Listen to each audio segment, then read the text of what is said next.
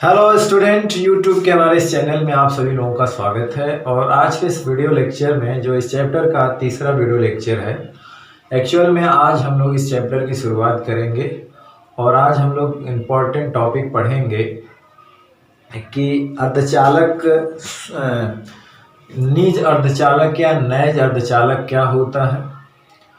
उसकी हम कंडक्टिविटी के बारे में पढ़ेंगे कि जो शुद्ध अर्धचालक होता है, नेचुरल अर्धचालक होता है, यानी कि प्राकृतिक अर्धचालक होता है, उसकी कंडक्टिविटी के बारे में पढ़ेंगे कि क्यों जो है शुद्ध अर्धचालक जो होता, प्योर सेमीकंडक्टर जो होता है, वो कंडक्टिविटी के लिए जो उपयोगी नहीं होता है। क्यों उसमें इम्प्योरिटी यानी कि अशुद्ध अर्धचालक की डोपिंग की जाती है, इसको मिलाया जाता है, फिर वो एक चालक की तरह व्यवहार करता है। ठीक है ना। तो नेचुरल जो सेमीकंडक्टर होता वो हमारे लिए क्यों उपयोगी नहीं है, क्यों वो की कंडक्टिविटी अच्छी नहीं होती है।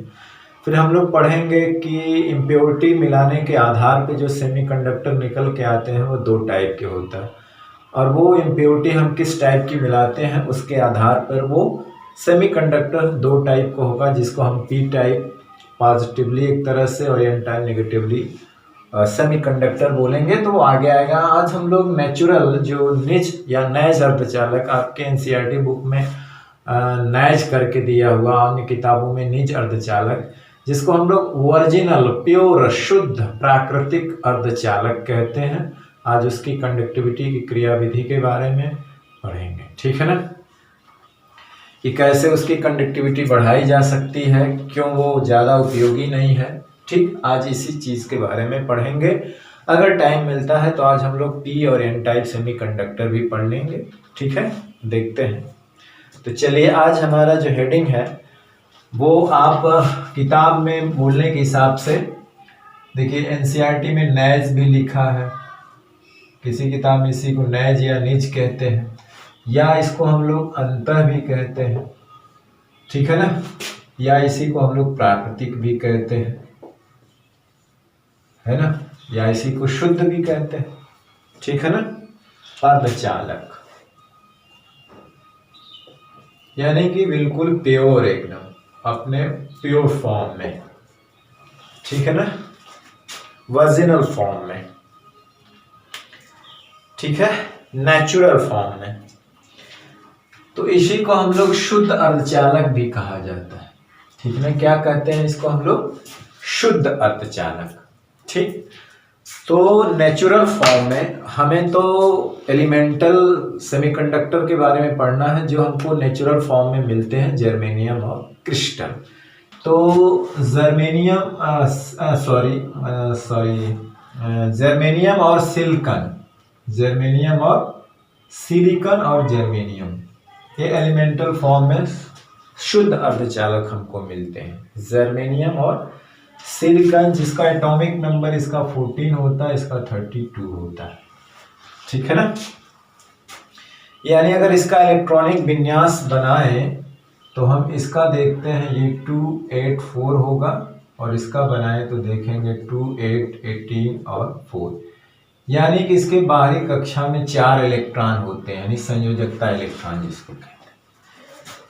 इसकी बाहरी कक्षा तीसरी होती है और इसकी बाहरी कक्षा चौथी होती है, यानी कि दोनों के बाहरी कक्षा में 4 इलेक्ट्रॉन मिलते हैं। कितने इलेक्ट्रॉन मिलते हैं? 4 इलेक्ट्रॉन मिलते हैं, यानी कि बैलेंस इलेक्ट्रॉन जिसको संयुक्ता इलेक्ट्रॉन।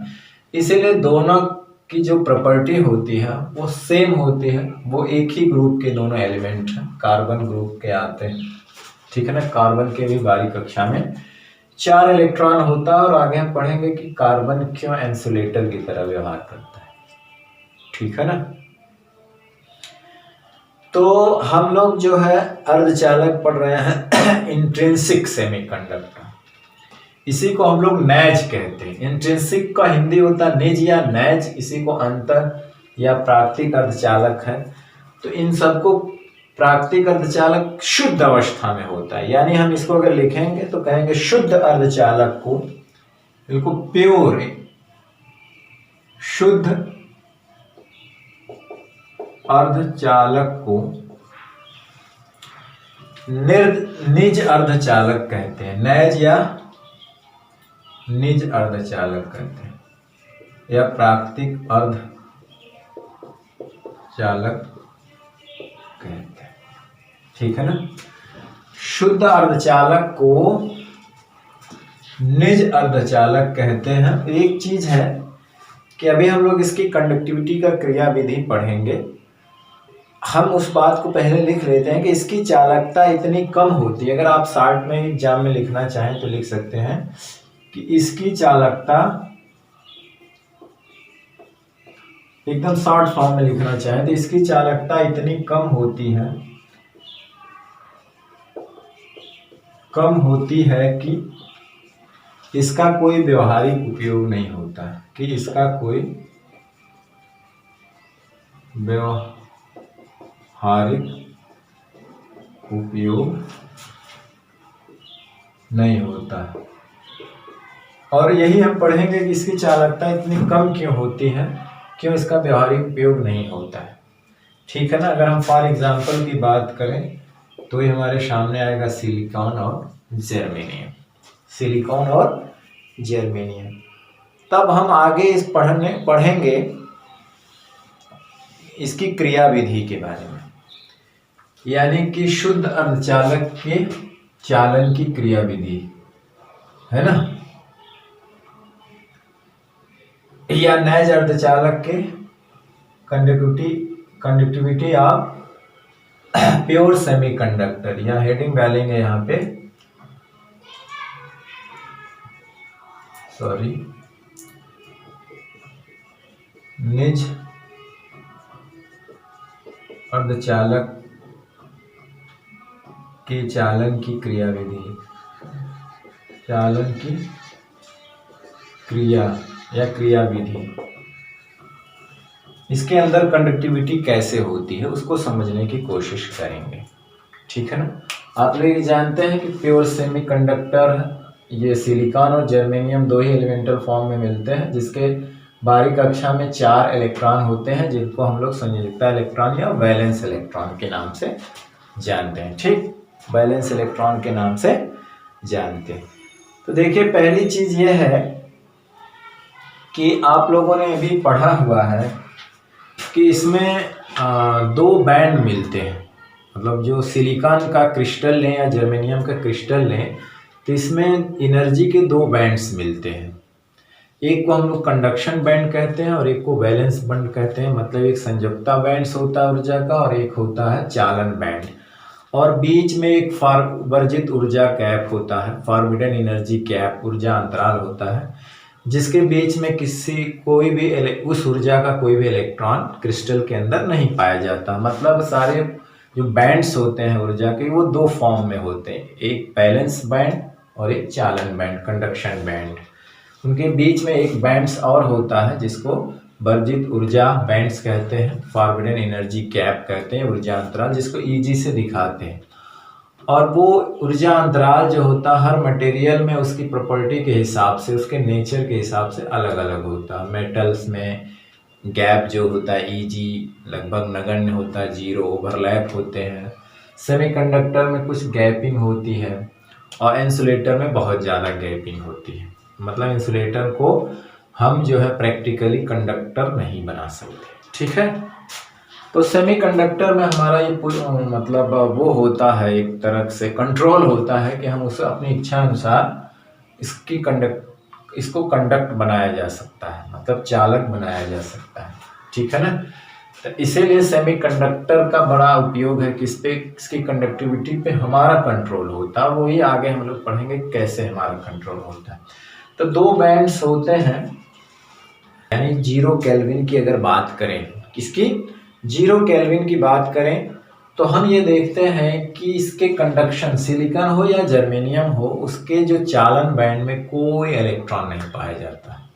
इसके बारे में पीछे भी हम लोग पढ़े हैं कि रूम टेम्परेचर पे ये पूरी तरह से इंसुलेटर की तरह काम करता है। तो 0 केल्विन पर चालन बैंड में, क्रिस्टल के चालन बैंड में कोई फ्री इलेक्ट्रॉन नहीं पाया जाता है। सारे के सारे इलेक्ट्रॉन वैलेंस बॉन्ड में बॉन्डेड होते हैं, न्यूक्लियस से बंधे होते हैं और बैलेंस बॉन्ड में होते हैं।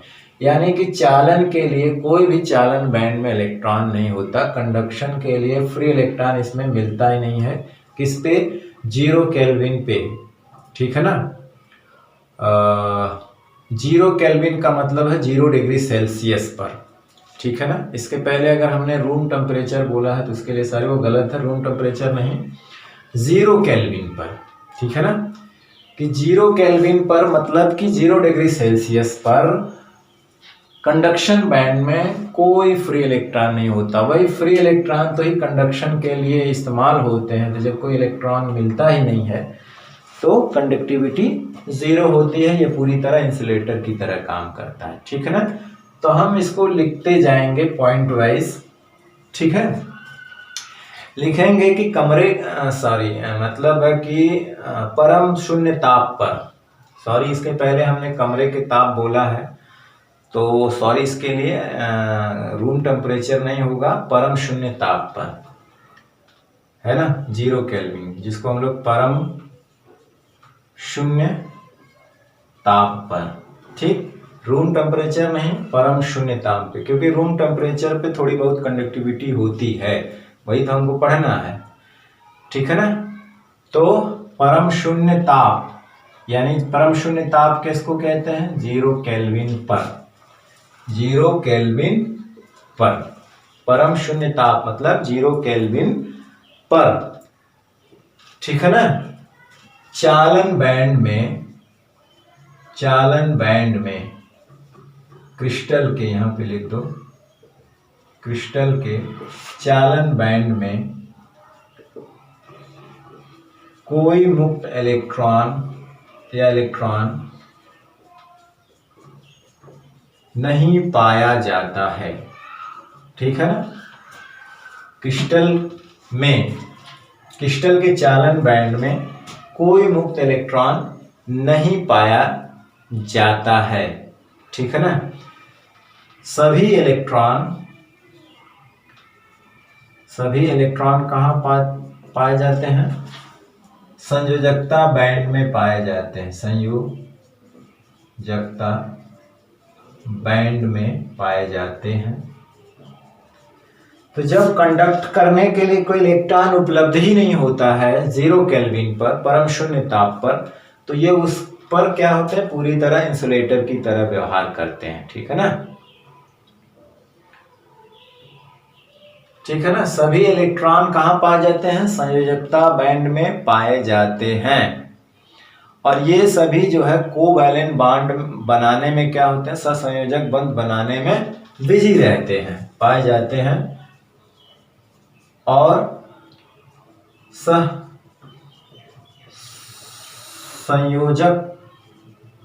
सहसंयोजक बंध बनाने में और सहसंयोजक बंध बनाने में शामिल रहते हैं।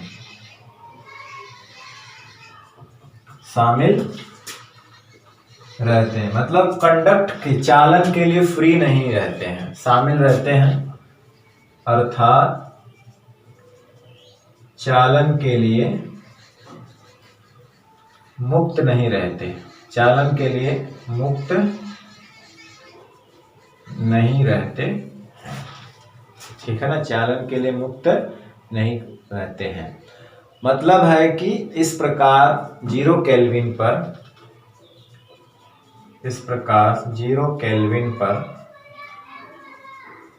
अर्धचालक कुचालक की तरह व्यवहार करता है। कुचालक की तरह व्यवहार करता है, मतलब 0 केल्विन पर क्या है? कुचालक की तरह व्यवहार करता है, क्योंकि 0 केल्विन पर कोई भी इलेक्ट्रॉन उसके कंडक्शन बैंड में मिलता ही नहीं। सारे कहाँ मिलते हैं? संयोजकता बैंड में, जो कोवैलेंट बॉन्ड में शामिल होकर के उसी में मतलब मस्त रहते हैं। मतलब वो फ्री नहीं रहते, चलने के लिए बंधे रहते हैं न्यूक्लियस से। संयोजकता बैंड एक दूसरे से क्रिस्टल में जानते हैं। यहाँ पे जैसे कि ये सिलिकॉन है, ये सिलिकॉन है मान ले। ठीक है ना। तो एक दूसरे से संयोजक बंध बना करके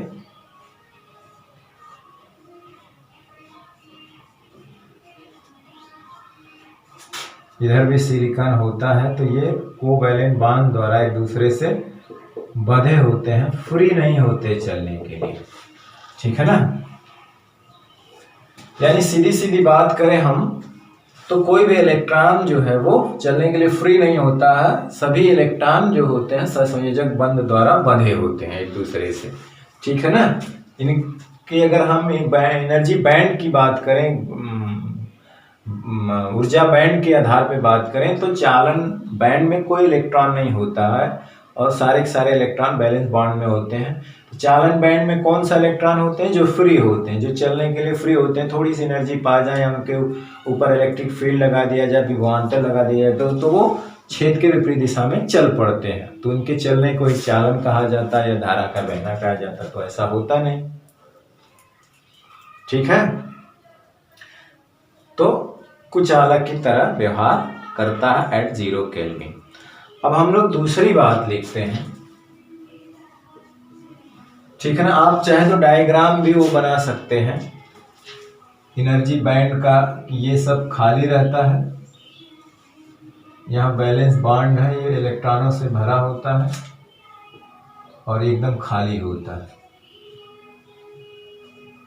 यहाँ कुछ नहीं होता है। और सिलिकॉन के लिए जानते हैं ये 1.1 इलेक्ट्रॉन वोल्ट होता है, जर्मेनियम की एनर्जी गैप 0.7 इलेक्ट्रॉन वोल्ट होता है, क्योंकि 0 केल्विन पर किसी भी इलेक्ट्रॉन की यहाँ पे इतना एनर्जी होती ही नहीं है, ठीक है ना, बहुत कम एनर्जी होती है। अगर 0 केल्विन पर इतना एनर्जी इनके पास हो जाती है तो वो कूद के यहाँ चले जाते और कंडक्शन में सहायक करते, तो ऐसा नहीं होता, पीछे आप लोग पढ़ चुके। अब हम क्या करेंगे, एक चीज बचती है कि हम इनका टेम्परेचर बढ़ाएंगे, यानी इनको हीट देंगे, इनको एनर्जी देंगे। तो एनर्जी देने का मतलब है कि इनको हम हीट करें, ठीक है ना, यानी इनका टेम्परेचर बढ़ाएं। तो टेम्परेचर बढ़ाने पे क्या होता है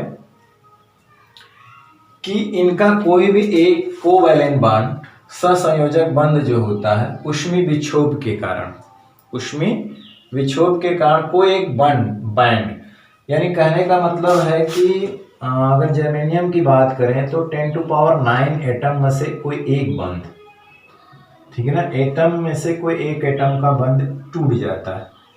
जैसे ही बंध टूटता है तो इलेक्ट्रॉन क्या होते हैं, फ्री हो जाते हैं, ठीक है ना। जर्मेनियम में देखा गया है कि 10⁹9, 10⁸8 या 10⁸ यानी 1 मिलियन बिलियन में से एटम में से कोई एक बैंड टूटता है, कोई एक बैंड टूटता है अगर हम उसका टेम्परेचर बढ़ाते हैं, ठीक है ना। तो टेम्परेचर बढ़ाने पे क्या होता है, उनकी ऊष्मीय ऊर्जा बढ़ जाती है, उनका वाइब्रेशन बढ़ जाता है, ठीक है ना, यानी कि अधिक से अधिक उनकी जो थर्मल एनर्जी होती है वो बढ़ जाती है और कुछ कोवैलेंट बॉन्ड टूट जाते हैं, ब्रेक हो जाते हैं, ठीक है ना। तो कुछ फ्री इलेक्ट्रॉन जनरेट हो जाते हैं, ठीक है ना। तो ऐसा हम कब कह सकते हैं कि रूम टेम्परेचर, तो रूम टेम्परेचर पे क्या होता है, यानी कि 27 डिग्री सेंटीग्रेड, कहने का मतलब कमरे के ताप पर, कमरे के ताप यानी ताप कितना होता है, अगर केल्विन की बात करें तो 27 डिग्री सेल्सियस और केल्विन की बात करें तो 300 केल्विन पर, कमरे के ताप पर इतने पर, ऊष्मीय ऊर्जा के कारण या ऊष्मीय विक्षोभ के कारण, ऊष्मीय विक्षोभ यानी ऊर्जा के कारण, यानी कुछ सहसंयोजकता बंध टूट जाते हैं, कुछ सहसंयोजक बंध क्या होते हैं, टूट जाते हैं और कुछ इलेक्ट्रॉन क्या हो जाते हैं, फ्री हो जाते हैं, कुछ इलेक्ट्रॉन फ्री हो जाते हैं और कुछ इलेक्ट्रॉन क्या हो जाते हैं, मुक्त हो जाते हैं। जैसे ही बैंड बंध टूटता है तो कुछ इलेक्ट्रॉन क्या हो जाते हैं, फ्री हो जाते हैं, ठीक है ना। तो कहने का मतलब ये होता है कि आप इसका स्क्रीनशॉट ले लीजिए, तो हम उसका स्ट्रक्चर बना करके बता रहे हैं। ठीक, आप इसका स्क्रीनशॉट लीजिए, इसको मिटा दें। ठीक, चलिए।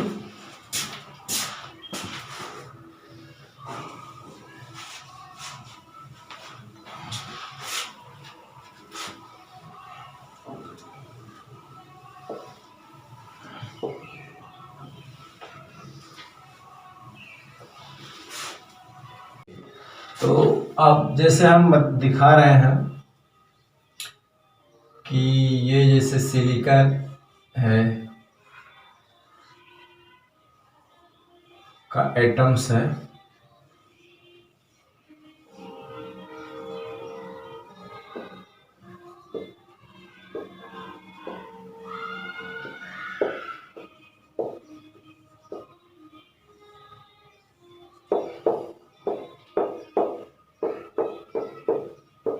इसके 4 वैलेंस इलेक्ट्रॉन है, इसी को दिखाया गया, बाकी इलेक्ट्रॉन अंदर है।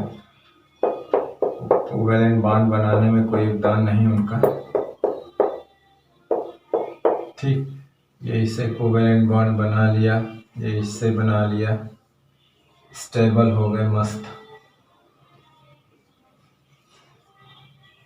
ये इससे बना लिया,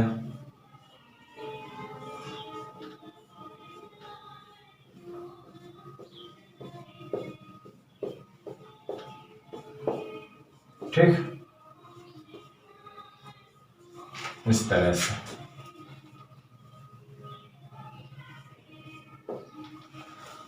तो इस तरह से एक सेंटर वाला जो सिलिकॉन का एटम है अपने आस पड़ोस के 4 एटम्स के साथ, इलेक्ट्रॉन के साथ कोवैलेंट बना के मस्त स्टेबल हो जाता है, ठीक है ना। क्योंकि उसके बाहरी कोश में 4 ही इलेक्ट्रॉन है, उसको स्टेबल होने के लिए 4 चाहिए, तो अगल बगल से वो बंद बना करके, सहसंयोजक बंद बना करके क्या हो जाता है, स्टेबल हो जाता है, ठीक है। तो जब इसको रूम टेम्परेचर पर क्या होता है कि रूम टेम्परेचर का मतलब 27 डिग्री सेल्सियस, या इसको हम लोग कह लें 300 केल्विन पर, उसमें विक्षोभ के कारण मतलब उसको पास कुछ एनर्जी जो है एक्स्ट्रा मिल जाती है, जिसको ऊष्मीय ऊर्जा कहते हैं। जो बैलेंस बॉन्ड के इलेक्ट्रॉन होते हैं उनकी एनर्जी जो होती है, एक तरह से कह लीजिए वो सिलिकॉन के लिए होती है 1.1 इलेक्ट्रॉन वोल्ट से अधिक हो जाती है, ठीक है ना। या जर्मेनियम की बात करें तो उनका 0. उनके लिए और 80 बात है। इस टेम्परेचर पे जो इनके ऊष्मीय ऊर्जा मिल जाती है इनको, तो उनकी जो एनर्जी बढ़ करके जो इनका जो बैंड गैप होता है उससे एनर्जी इनकी ज़्यादा होती है। यानी कि कहने का मतलब है, अगर उस ऊर्जा बैंड के आधार पे समझाएं तो होता क्या है कि बैलेंस बैंड का एक इलेक्ट्रॉन कूद करके कहाँ चला जाता है, अगर हम वो भी बनाते हैं तो चलिए, ये जो है बैलेंस बॉन्ड, कंडक्शन बॉन्ड हो गया, और ये हो गया इसका वैलेंस बॉन्ड, ठीक है ना। यहाँ पे 4 इलेक्ट्रॉन है मान लीजिए, ठीक। तो क्या होता है कि Eg जो है मस्त मान लीजिए इसकी होती है 1.1 इलेक्ट्रॉन। तो उस टेम्परेचर पे क्या होता है कि यहाँ का एक इलेक्ट्रॉन यहाँ पे चला आता है टैप करके, ठीक है ना।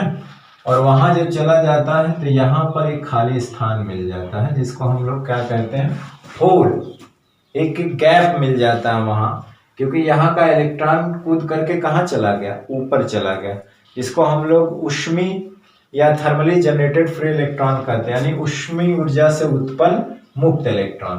तो मान लीजिए एक बॉन्ड टूट गया, ये जब इसका बॉन्ड टूट गया, ये यहाँ से ये वाला बॉन्ड टूट गया, यहाँ का इलेक्ट्रॉन जो है यहाँ था और चला गया यहाँ पे, तो यहाँ पे क्या हुआ, एक होल छोड़ के चला जाता है, मतलब खाली स्थान, ठीक है ना। क्योंकि यहाँ पे इलेक्ट्रॉन था, उसको रहने का स्थान था, अब यहाँ से उठ के चला गया तो यह स्थान खाली हो गया, जिसको हम लोग एक आभासी होल की तरह, मतलब उसको एक होल की तरफ से, कोटर की तरह से, रिक्तिका की तरह से व्यवहार करते हैं कि अगर इलेक्ट्रॉन यहाँ प्रेजेंट होता तो इस स्थान पे उपस्थित होता, अगर यहाँ से हट गया तो ये स्थान खाली हो गया, और उसको हम लोग एक सर्किल से दिखाते हैं जिसको हम लोग होल कहते हैं। क्या कहते हैं? होल। और वो होल जो होता है एज ए जो उसका बिहेवियर होता है वो पॉजिटिव चार्ज की तरह होता। किस चार्ज की तरह होता? एक तरह से कह ले आभासी धनात्मक आवेश। हमें भी इसके बारे में लिखवा देंगे कि आभासी धनात्मक आवेश की तरह व्यवहार करता है, व्यवहार होता है। ठीक है ना? इसका तो इस टेम्परेचर पर, यानी उसके पास इतनी एनर्जी हो जाती है कि यहाँ से बैंड टूटता है, या ये कह लीजिए कि यहाँ से एक इलेक्ट्रॉन ट्रैप करके यहाँ चला जाता है और यहाँ पे एक स्थान छोड़ देता है खाली। ये स्थान बता रहा है कि यहाँ का इलेक्ट्रॉन यहाँ से हटके यहाँ चले गया। इसी चीज को हम लोग होल एक अपनी तरफ से उसको क्या है कल्पना करते हैं कि ये होल बन गया यहाँ पे। ठीक है ना? और इसका जो व्यवहार होता है होल्स का, वो एक तरह से पॉजिटिव चार्ज की तरह होता है। किस तरह से? आभासी धनात्मक आवेश की तरह होता है। क्यों? क्योंकि इसकी प्रवृत्ति होती है कि अपने अगल बगल के इलेक्ट्रॉन को अट्रैक्ट करके खींचने की। ये पास वाले भी इलेक्ट्रॉन को क्या करता है? खींचने की प्रवृत्ति रखता है, यानी कि अपने ही जो क्रिस्टल होता है उसके अगल बगल के बॉन्ड के इलेक्ट्रॉन को अट्रैक्ट करने की प्रवृत्ति होती है। इसकी धनात्मक प्रवृत्ति होती है, यानी उसको खींचने की प्रवृत्ति होती है। ठीक है ना? तो ये जो इलेक्ट्रॉन होता है ये ऊष्मी विक्षोभ के कारण उत्पन्न इलेक्ट्रॉन है, एक तरह से कह सकते हैं। ऊष्मी विक्षोभ के कारण उत्पन्न मुक्त इलेक्ट्रॉन। ठीक है ना? और इस स्थान पे एक रिक्तिका बन जाती है जिसको हम लोग होल, वैकेंसी कहते हैं, रिक्तिका। ठीक है ना? क्यों बनती है? जहां से ये इलेक्ट्रॉन चला जाता है तो अपना यहाँ स्थान छोड़ देता है, जिसको होल कहते हैं। और एक धनात्मक आवेश की तरह व्यवहार करता है, आभासी धनात्मक आवेश। अभी हम अलग से होल के बारे में लिखवा देंगे क्या कहते हैं इसको। ठीक है ना? तो इस तरह से अगर मान लीजिए इसके सारे बैलेंस सभी इलेक्ट्रॉन अगर इसमें चले जाते हैं तो क्या करना है? यहाँ पे होल क्रिएट हो जाएगा। अगर ये मान लीजिए तीनों और भी चले गए तो यहाँ पे क्या बन जाएगा? होल। तो कहने का मतलब होता है कि 10⁹ 8 या 10⁶ एटम में से कोई एक बॉन्ड टूटता है ना? तो एक इलेक्ट्रॉन, उतने एटम में से एक इलेक्ट्रॉन ही जा पाता है कंडक्शन बॉन्ड में, और वो फ्री इलेक्ट्रॉन हो गया। कंडक्शन बॉन्ड में फ्री इलेक्ट्रॉन हो गया तो वही चालन के लिए, इससे थोड़ा सा इसकी रूम टेम्परेचर पे क्या होती है? कंडक्टिविटी हो जाती है। लेकिन कब? रूम टेम्परेचर पर। ठीक है ना? तो हम जो है थोड़ा सा होल क्या है जो क्रिएट होता है उसके बारे में लिख लेते हैं। इसको हम लोग होल कहते हैं अंग्रेजी में, या इसको हम लोग रिक्तिका या कोटर बोला जाता है। ठीक है ना? तो कोटर क्या होता है उसके बारे में लिख लेते हैं। तो होल जो होता है वो प्रभावी जो है धनात्मक आवेश वाले, होल प्रभावी धनात्मक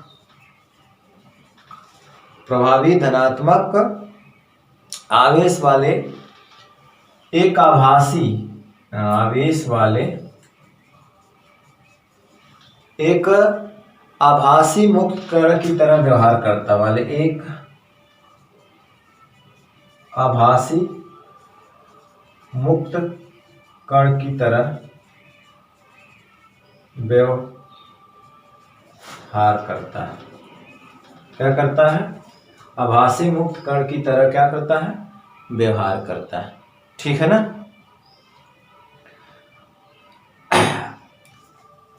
अब होता क्या है कि अर्धचालक जालक में, जालक मतलब वही जो इसका लैटिस क्रिस्टल होता है, इसके बारे में थोड़ा और लिख लेंगे इसका काम क्या होता है।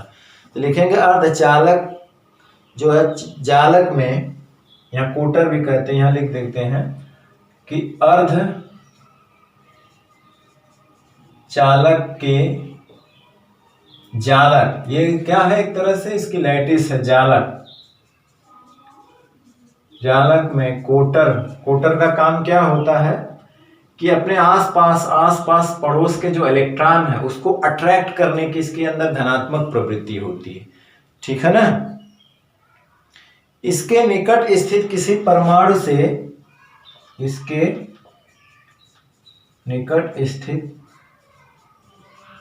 किसी परमाणु से इलेक्ट्रॉन को आकर्षित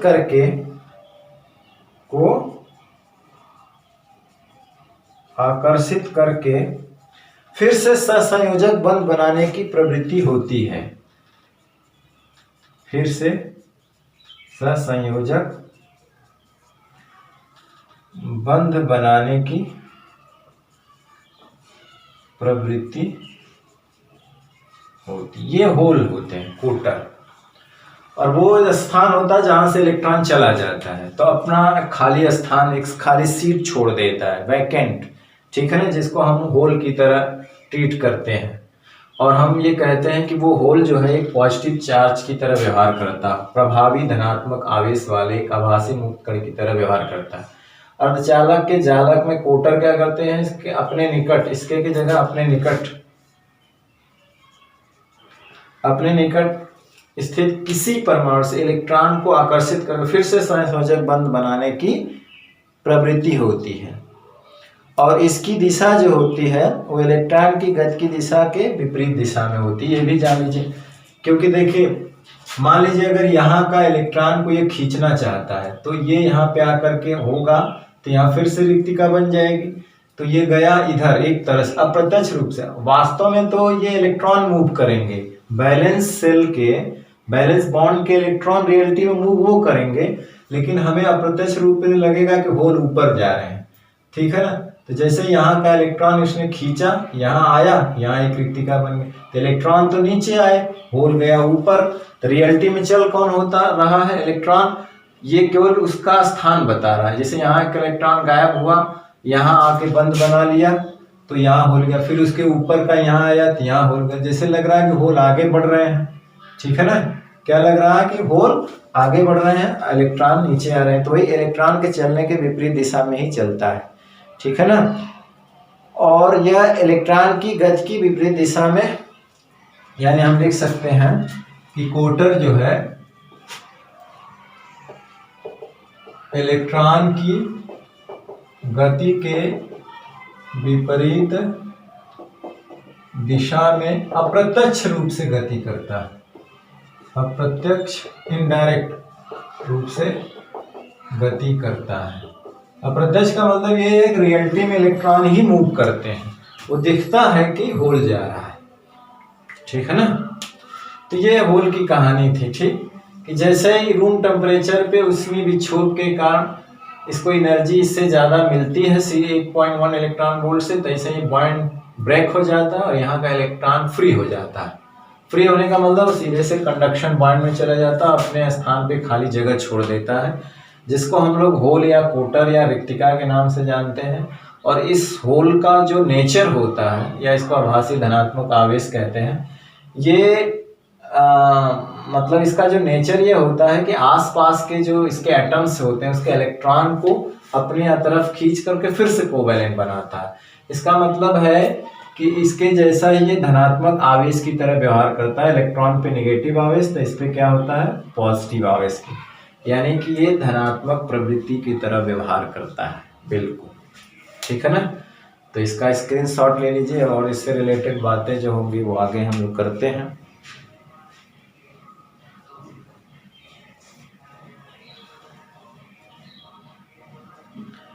ठीक, तो साधारणता पे बहुत एकाक मान टूटते हैं 10⁹ से लेके 10⁶ से बीच में किसी एक एटम्स परमाणु में से केवल एक बंद टूटता है, जर्मेनियम की बात करें तो, ठीक है ना। तो इसका मतलब है रूम टेम्परेचर पे भी बहुत कम फ्री इलेक्ट्रॉन मिल पाते हैं कंडक्शन के लिए, ठीक है ना, बहुत कम फ्री इलेक्ट्रॉन मिल पाते हैं कंडक्शन के लिए, ठीक। तो चलिए इसका स्क्रीनशॉट ले लीजिए।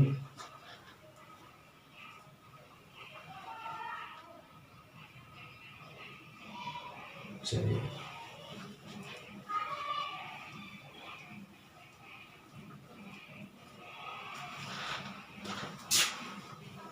अब देखिए, इसके साथ साथ एक चीज और भी होता है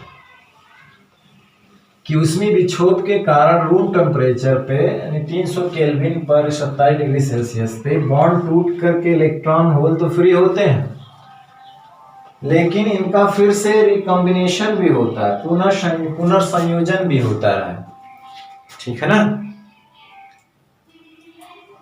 कि जो इलेक्ट्रॉन ऊष्मीय विक्षोभ के कारण जो इलेक्ट्रॉन फ्री होता है और उसके कारण जो एक रिक्तिका बनती है, होल्स जो बनते हैं, जो स्थान बनते हैं, कहाँ बनते हैं?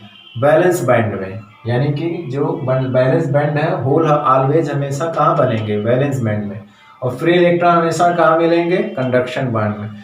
संयोजकता इलेक्ट्रॉन हमेशा बैलेंस बैंड में मिलेंगे। ठीक है ना। और फ्री इलेक्ट्रॉन, चालन इलेक्ट्रॉन हमेशा कंडक्शन बैंड में मिलेंगे, यानी कि चालन बैंड में मिलेंगे। ठीक है ना। और होल हमेशा जो है संयोजकता बैंड में क्रिएट हुआ, क्योंकि यहीं का इलेक्ट्रॉन यहीं का बंध टूट करके जाएगा, तो यहाँ पे अपनी एक जगह छोड़ देगा, जिसको हम लोग होल कहते हैं। ठीक है ना। क्या कहते हैं? होल कहते हैं। तो देखिए, इस प्रोसेस के साथ एक प्रोसेस और भी होता रहता है, यानी कि होल और बनते और इलेक्ट्रॉन का पुनर्संयोजन भी होता रहता है, और वो किसी भी टेम्परेचर पे होता रहता है। अब जैसे क्या है कि रूम टेम्परेचर पे तो ये बॉन्डिंग का टूटना हो ही रहा है, तो और भी हमें अगर इसकी कंडक्टिविटी बढ़ाना है तो हम क्या करेंगे? इसको गर्म करेंगे, हीट करेंगे। तो जैसे जैसे हीट करेंगे, इसकी थर्मल एनर्जी यानी उसमें एनर्जी बढ़ती जाएगी, और भी इधर उधर के बॉन्ड टूटेंगे, और ज़्यादा से ज़्यादा इलेक्ट्रॉन जो है वो कंडक्शन बॉन्ड में शिफ्ट होते रहेंगे, और यहाँ पे होल बनता जाएगा। क्या बनता जाएगा? होल क्रिएट होता जाएगा।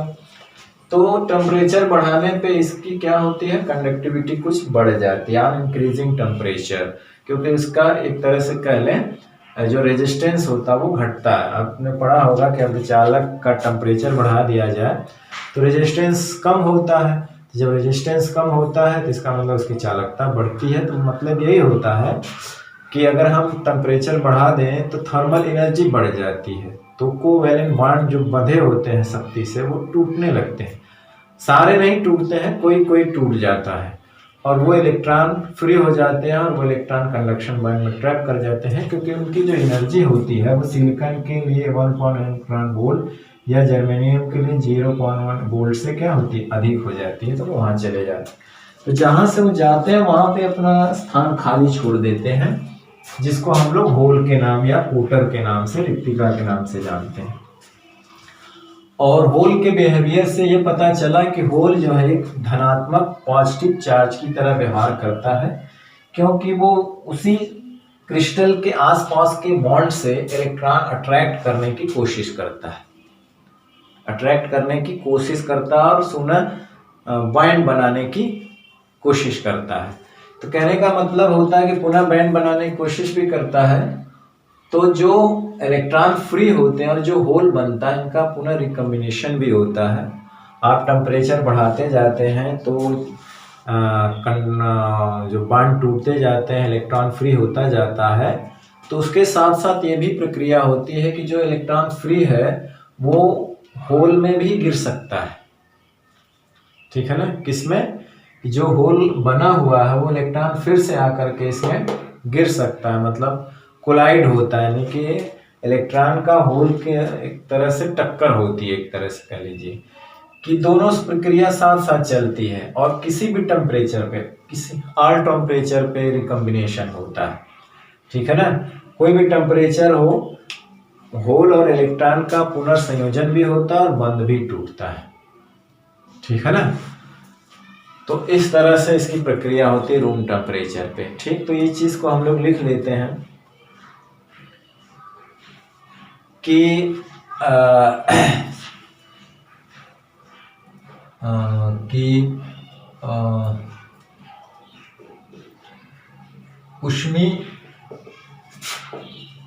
ऊष्मीय विक्षोभ के कारण मुक्त हुए इलेक्ट्रॉन तथा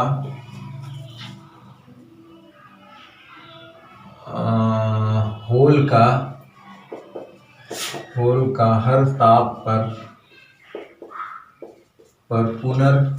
पुनः या पुनर्संयोजन होता रहता है, संयोजन होता रहता है। ये भी प्रक्रिया साथ साथ चलती रहती है, ठीक है ना। अब हम क्या देखेंगे कि इसमें क्या होता है कि ऊष्मीय विक्षोभ के कारण जो इलेक्ट्रॉन हमें मिलते हैं उसकी संख्या और उससे जो रिक्तिका बनती है उन दोनों की संख्या समान होती है। क्यों? क्योंकि जितने बॉन्ड टूटेंगे बैंड्स, उतने इलेक्ट्रॉन फ्री होंगे और वो अपने स्थान पे क्या छोड़ देंगे, होल, यानी खाली स्थान उतना ही छोड़ेंगे जहां से वो निकलेंगे। इसका मतलब है कि जितना उसमें विक्षोभ के कारण इलेक्ट्रॉन मुक्त हुए उतना ही क्या होते हैं, होल भी बनते हैं। क्या बनते हैं? होल बनते हैं। तो हम ये लिख सकते हैं, ठीक है ना, कि शुद्ध अर्धचालक में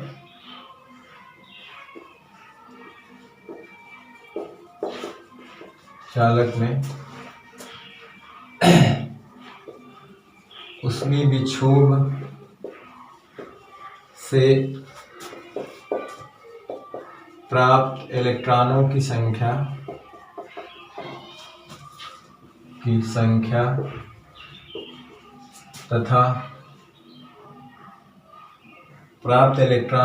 तथा होलों की संख्या या कोटर जिसको कहते हैं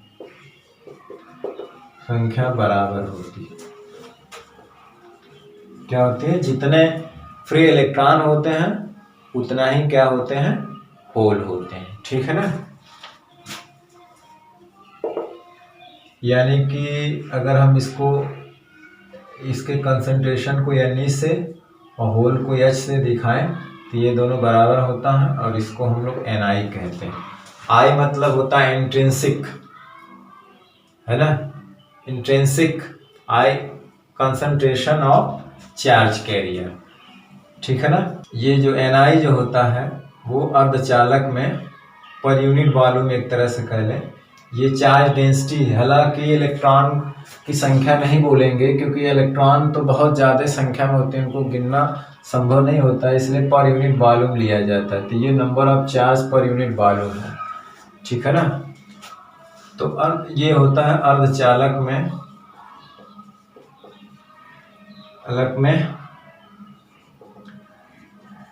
आवेश वाहकों का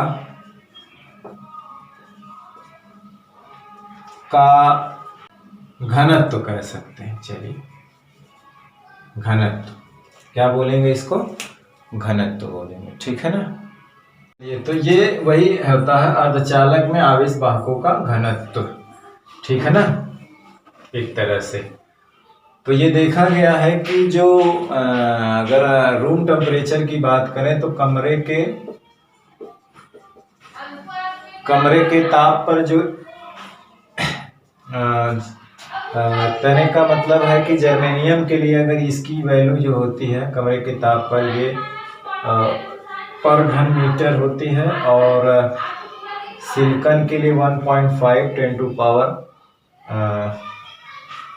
ये करीब ये कितना हो, हाँ लगभग 16 पर घन मीटर होती। तो ये जर्मेनियम में होती है और ये सिलिकॉन में होती है रूम टेम्परेचर की बात करें कमरे पे ताप पर, ठीक है ना। तो ये 2.5 × 10⁻19 और ये होती है 1.5 × 10⁻16, ठीक है। तो चलिए अब आगे जो है इसको स्क्रीनशॉट लेना है तो ले लीजिए। अब करंट कैसे बहाएंगे? अब तो हमें मतलब है कि जब हमने का ताप बढ़ा दिया, बाहर से टेम्परेचर बढ़ा दिया या कमरे के ताप पर कुछ फ्री इलेक्ट्रॉन मिल गए कंडक्शन बांड में, तो उसको चलाना है। तो चलाने के लिए हमें क्या होना, उसके दोनों सिरों पे क्या लगाना होगा, इलेक्ट्रिक फील्ड यानी विभवांतर लगाएंगे तो वो मूव करेंगे, ठीक है ना। तो मूव करेंगे तो उससे करंट बनेगी। चलिए,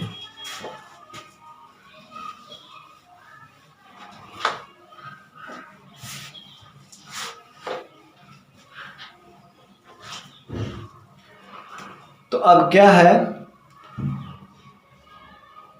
तो सेमीकंडक्टर के कारण धारा जो है दो चीजों के वजह से बहती है। एक तो इलेक्ट्रॉन के वजह से, दूसरा होल के वजह से। तो हम लिखेंगे आगे कि अर्धचालक में, शुद्ध अर्धचालक में जो धारा है, शुद्ध अर्धचालक में धारा जो रहती है वह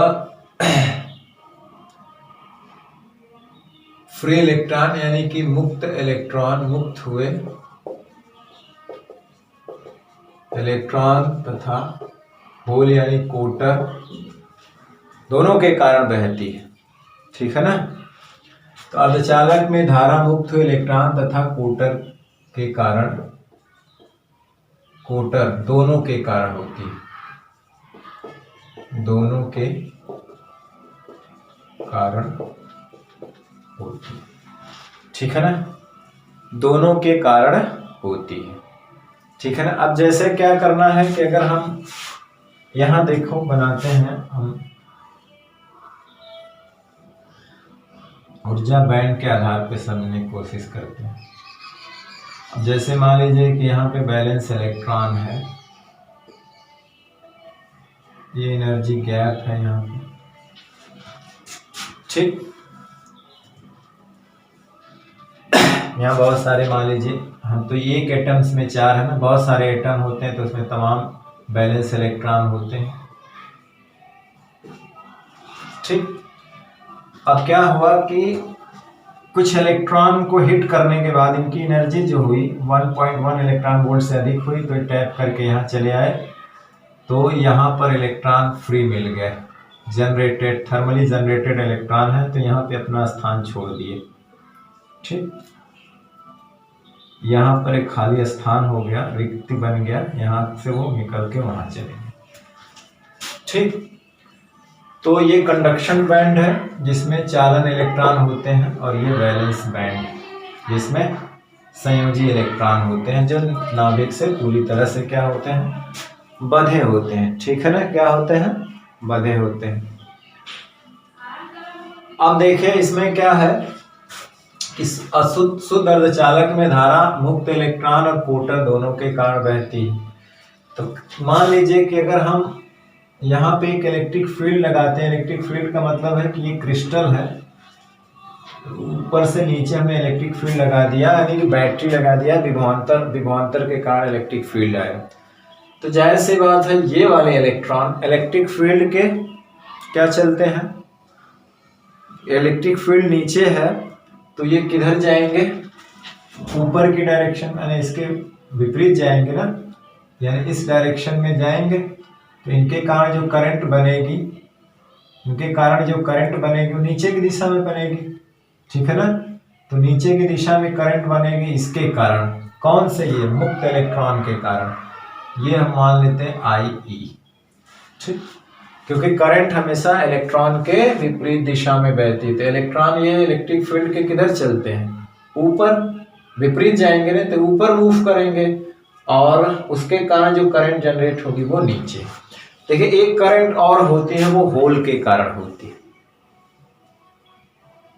ये तो हुई थर्मली जनरेटेड, जो ऊष्मीय विक्षोभ के कारण इलेक्ट्रॉन ट्रैप करके इसमें गए थे, और ये होगी होल के कारण, और होल हमेशा क्रिएट होते हैं कहाँ पे, वैलेंस बॉन्ड में, याद रखना, इसमें होल नहीं होता। अब देखिए होल का नेचर क्या होता है, एक करंट होल के कारण बहेगी, वो कैसे बहेगी, होल का नेचर होता है कि जो अपने आसपास के एटम्स के जो बंड, संयोजकता बंध में लगे हुए इलेक्ट्रॉन है, उनको अट्रैक्ट करता है। उनको क्या करता है, अट्रैक्ट करता है, यानी कि इस इलेक्ट्रॉन को मान लीजिए ये अट्रैक्ट किया, ठीक है, तो ये इलेक्ट्रॉन यहाँ चले गए, मतलब इसका एक डायग्राम अगर यहाँ देखा जाए तो ये इसमें चले गए, तो यहाँ पे इलेक्ट्रॉन बैंड बना लिए, और यहाँ पे होल आ गया। ठीक है, ये फिर इनको खींच लिए, तो यहाँ पर एक और इसकी मतलब डायग्राम देखें,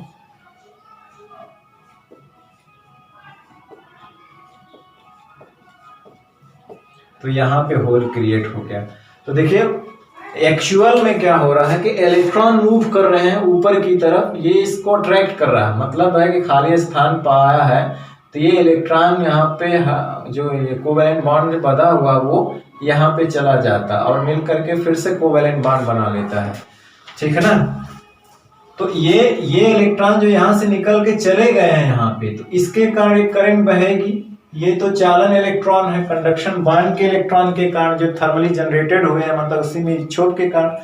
एक बैलेंस बॉन्ड में भी के होल के कारण भी करंट बहेगी। बैलेंस बॉन्ड में इसकी जो नेचर होता है, इसका प्रॉपर्टी होता है कि आसपास के बॉन्ड के इलेक्ट्रॉनों को अपनी तरफ आकर्षित करता है, तो ये इसको अट्रैक्ट करा, तो ये जब इसमें जाएंगे तो यहाँ खाली स्थान, फिर ये इसमें जाएंगे यहाँ, तो होल जो है। और एक चीज और है कि जो इलेक्ट्रिक फील्ड हम लगाते हैं, इलेक्ट्रॉन हमेशा इलेक्ट्रिक फील्ड के विपरीत जाते हैं। तो देखिए इलेक्ट्रिक फील्ड नीचे लगे तो ये इलेक्ट्रॉन अपने आप इधर जाने को, वो अट्रैक्ट भी करने की कोशिश करते हैं, तो अट्रैक्ट का ये इलेक्ट्रॉन इस इलेक्ट्रिक फील्ड के विपरीत जा करके खोजता है होल, यानी कि जब वो निकलता है कहीं से तो फिर बॉन्ड बनाने की उसकी प्रवृत्ति होती है कि कहीं जगह जा करके सेट होने की कोशिश करता है। तो ये इलेक्ट्रॉन मान लीजिए इस इलेक्ट्रिक फील्ड के कारण निकल गया, तो ये जाके जगह पाया, एडजस्ट हो गया, ये जाके जगह पाया, तो फिर स्थान खोजते हैं ना, जहाँ स्थान मिला वहां जाके सेट हो गए। तो ये इलेक्ट्रॉन इसके विपरीत चल करके यहाँ जाके सेट होते गए, ठीक है ना, यहाँ पे। फिर ये यहाँ पर जा करके सेट हो गए, तो यहाँ पे होल मिला। तो ये लग रहा है कि रियलिटी में बैलेंस इलेक्ट्रॉन जा रहे हैं ऊपर और अपने स्थान पे होल छोड़ते जा रहे हैं, तो लग रहा है कि होल नीचे की तरफ चल रहा है। लग रहा है क्या, होल नीचे की तरफ चल रहा है, ठीक है ना। क्या लग रहा है कि होल देखिए पहले यहाँ थे, फिर यहाँ हुए, फिर यहाँ हुए, तो होल के कारण भी एक करंट बहेगी, ठीक है ना। एक करंट बनेगी होल के कारण, यानी कोटर के कारण। धारा जो होगी इसको हम लोग क्या कहेंगे, IH।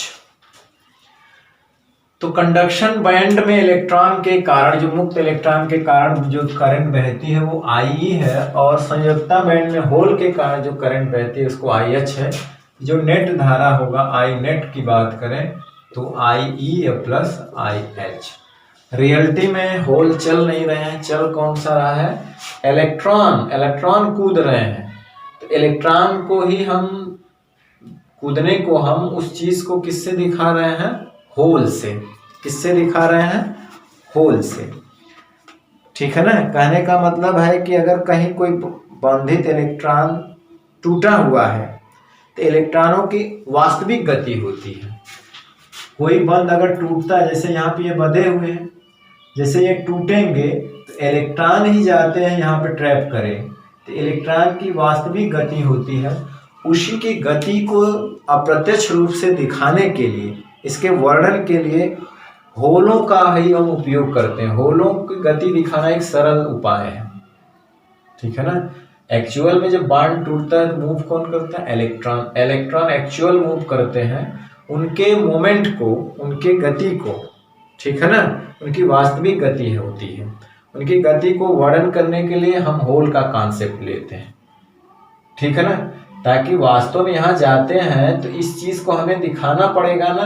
अगर हम उसको नहीं दिखाएंगे, जैसे इलेक्ट्रॉन मान लो यहाँ चला गया और यहाँ हम कुछ नहीं दिखा रहे, तो कैसे पता चलेगा कि इलेक्ट्रॉन यहाँ जा रहा है। तो उसको शो करने के लिए इस चीज को होल से प्रदर्शित किया जाता है।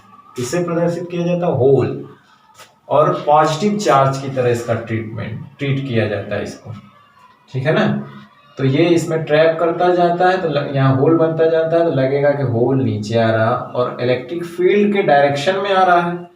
और ये भी जानते हैं कि पॉजिटिव चार्ज हमेशा फील्ड के डायरेक्शन में जाता है, तो इसीलिए होल का जो बिहेवियर हम मानते हैं कि वो एज ए पॉजिटिव होता है, यानी कि पॉजिटिव चार्ज की तरह व्यवहार करता है। तो इस तरह से एक तरह से देखा जाए तो कंडक्शन बैंड में जो फ्री इलेक्ट्रॉन उसके कारण करंट है, और एक बैलेंस बॉन्ड में इलेक्ट्रॉन के मोशन के कारण एक करंट है। तो वो मोशन, उसके मोशन को हम होल से दिखाते हैं, तो वही मानते हैं कि होल के कारण है। तो ये नेट करंट, ठीक है ना। ये जो है ऊष्मीय विक्षोभ के कारण जो इलेक्ट्रॉन जनरेट हुए उसके कारण धारा है, ठीक है। और ये वाली धारा जो है होल के चलने के कारण है, या हम रियलिटी बोले तो एक्चुअल में motion of balance band, motion of balance electron, ठीक है ना। ये या तो होल के कारण है, ये तो फ्री मुक्त इलेक्ट्रॉन के कारण है।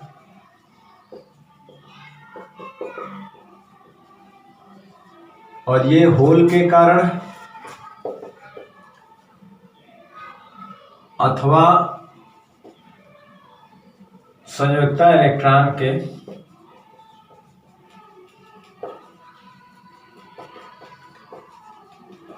वास्तविक गति के कारण। तो होल इलेक्ट्रॉन फिर भी यहाँ ऊपर जा रहे हैं तो करंट नीचे बहेगी, तो होल नीचे आ रहे हैं तो होल की दिशा में करंट, तो ये नेट करंट होती है, ठीक है ना। अब हम लोग ये देखेंगे कि IE और IH में ज्यादा कौन होता है, ठीक है ना, कि कौन सी करंट ज्यादा होती है, IE होती है कि IH होती है। ठीक, इसका स्क्रीनशॉट लेना है तो ले लीजिए।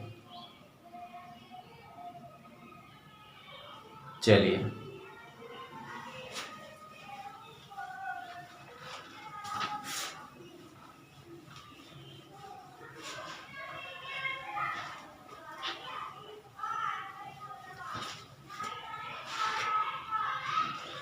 तो अब देखिए यहाँ पे I जो है नेट, ये मुक्त इलेक्ट्रॉन के कारण और होल के कारण, यानी वास्तविक में बैलेंस इलेक्ट्रॉन के कारण होती है।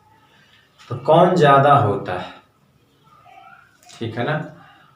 अर्धचालक में हम लोग इंट्रिंसिक जिसको कहते हैं, इंट्रिंसिक मतलब होता है एक तरह से प्योर, निज, शुद्ध, यानी कि नेचुरल, प्राकृतिक। तो E और IH, ठीक है ना। अब हम लोग जानते हैं कि शुद्ध अर्धचालक की बात करें अगर,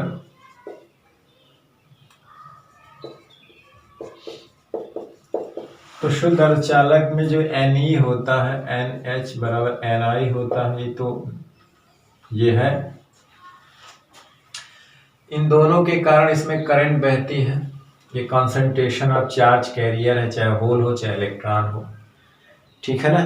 लेकिन अब हमको यहाँ बताना है कि ज्यादा कौन, किसका कंट्रीब्यूशन ज्यादा होता है।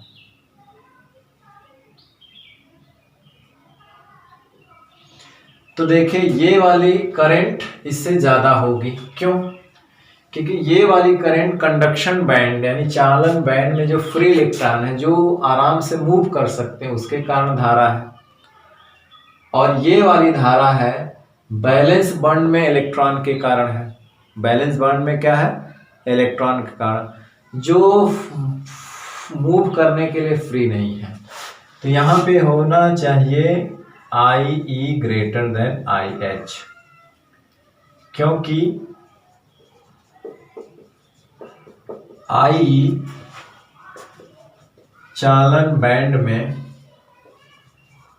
मुक्त इलेक्ट्रॉन के कारण, जो चलने के लिए पहले ही से फ्री है, इलेक्ट्रॉन के कारण है तथा IH जो है संयोजकता बैंड में, संयोजकता बैंड में क्या है? संयोजकता बैंड के इलेक्ट्रॉन के कारण है, बैंड के इलेक्ट्रॉन के कारण है, जो चलने के लिए फ्री नहीं है, चलने के लिए, जो चलने के लिए फ्री नहीं यानी मुक्त नहीं है। किससे बंधे हैं? अपने नाभिक से बंधे हुए, ये मुक्त नहीं है और ये चलने के लिए फ्री है इसके कारण। तो इसको चलाना आसान होता है, इसको चलाना मुश्किल होता है। तो ज्यादा चलने वाले ये फ्री रूप से चलेंगे, ये मुक्त रूप से नहीं चलेंगे, ठीक है ना। तो इसीलिए ये इसका कंट्रीब्यूशन ज्यादा होता है, इसका कंट्रीब्यूशन कम। और ये होल के कारण होता, hole as a positive charge. अगर इस विश्व में भी देखें तो इलेक्ट्रॉन पॉजिटिव चार्ज धनात्मक आवेश से बहुत भारी होता है और भारी आवेश को चलाना मुश्किल होता है। जो अब जिसका मास मान लीजिए होल का ज़्यादा होता है, अगर उसको हम पॉजिटिव आयन माने, और ये इलेक्ट्रॉन होता है, इलेक्ट्रॉन का मास बहुत कम होता है, तो उसको स्पीड देना आसान होता है इसके मुकाबले। ठीक है ना। ये भी एक तरह से हम चाहे तो ये जानते हैं कि I बराबर होता है NeAVD। तो चलिए यहाँ पे तो ये इसकी बात है नहीं, करंट में तो ये दोनों समान संख्या में होते हैं। बात अब डिपेंड करती है VD। तो इलेक्ट्रॉन का जो ड्रिफ्ट वेलोसिटी ज़्यादा होती है क्योंकि वो चलने के लिए फ्री होते हैं, और होल की ड्रिफ्ट वेलोसिटी कह लीजिए, या जो बैलेंस इलेक्ट्रॉन होते हैं बैलेंस बॉन्ड के या सेल के, वो फ्री नहीं होते हैं, तो उसकी जो ड्रिफ्ट वेलोसिटी वो कम होती है, इसीलिए उसकी करंट क्या होती है, कम होती है। ठीक है ना। और ये इस पर डिपेंड का मतलब है कि होल और फ्री इलेक्ट्रॉन तो दोनों इक्वल नंबर में होते हैं, तो इस पर डिपेंड नहीं है। डिपेंड क्या है, इस पे। तो इलेक्ट्रॉन की ड्रिफ्ट वेलोसिटी होल से ज़्यादा है, तो इसीलिए उनके कारण करंट ज़्यादा होता है, क्योंकि वो चलने के लिए फ्री है। और बैलेंस इलेक्ट्रॉन जो है चलने के लिए फ्री नहीं है, वो स्वतंत्र नहीं है, उनको चलाना थोड़ा सा मुश्किल होता है, तो इसके कारण जो करंट होती है वो कम होती है। और फ्री इलेक्ट्रॉन के कारण जो कंडक्शन बैंड में होते हैं उनके लिए ज़्यादा होती है।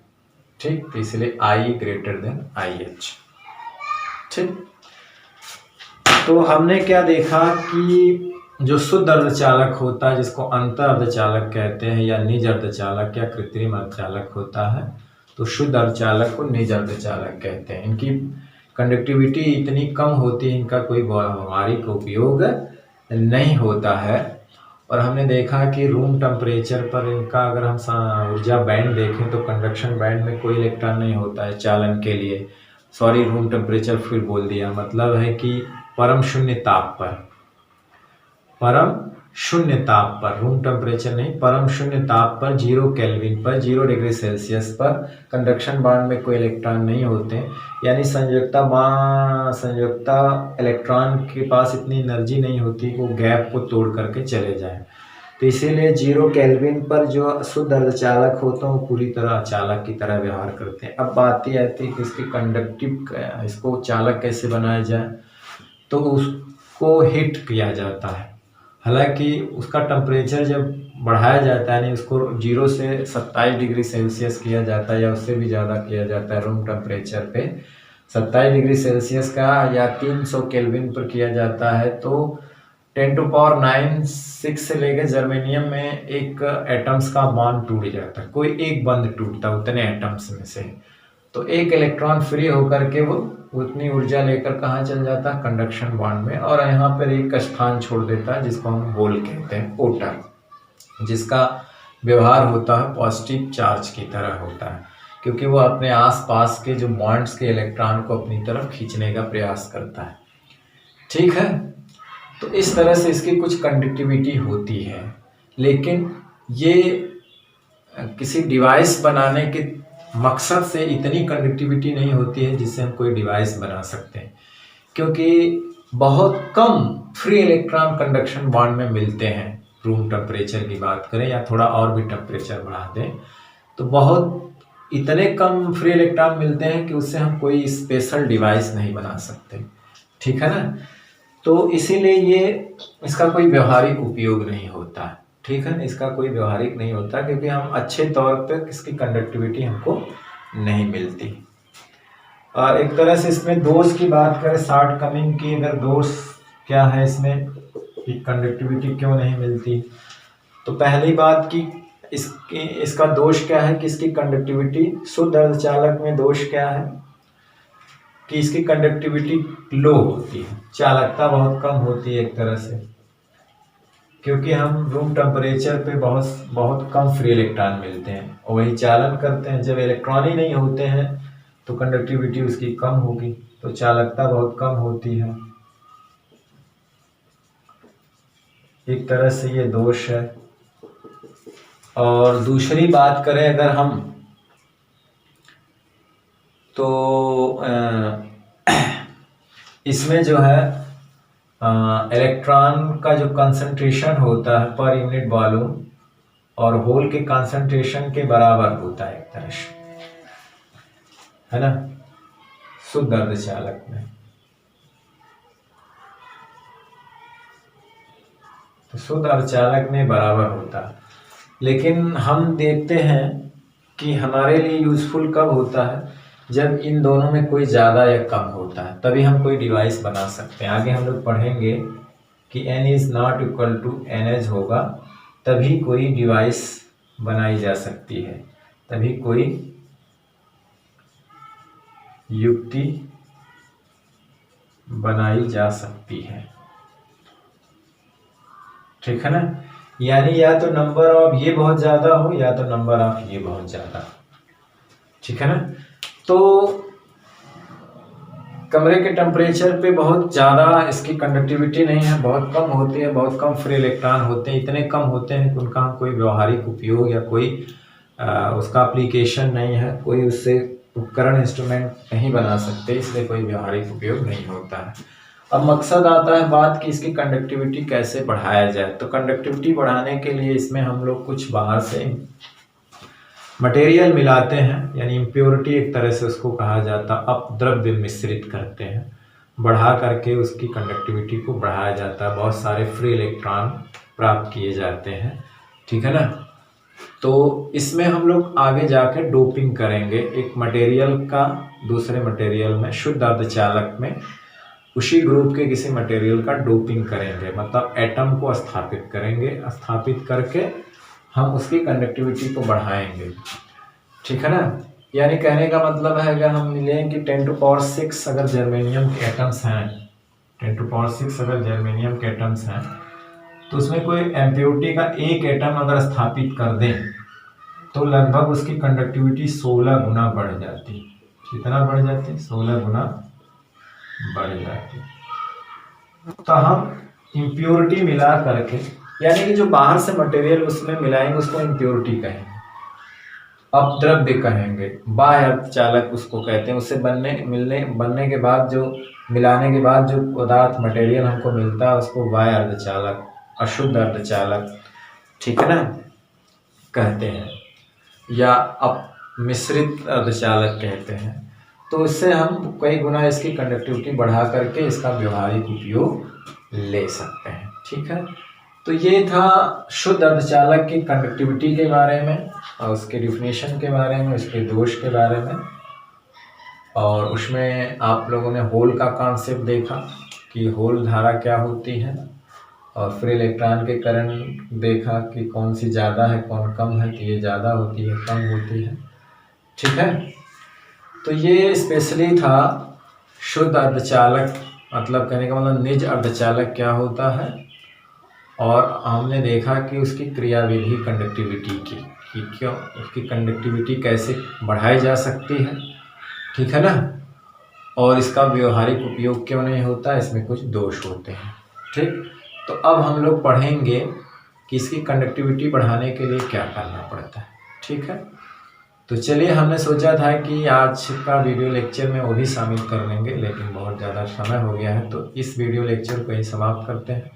आगे हम लेके इसका नेक्स्ट टॉपिक लेकर आएंगे। तब तक पढ़ाई करते रहे, पढ़ते रहे। All the very best. Thank you very much.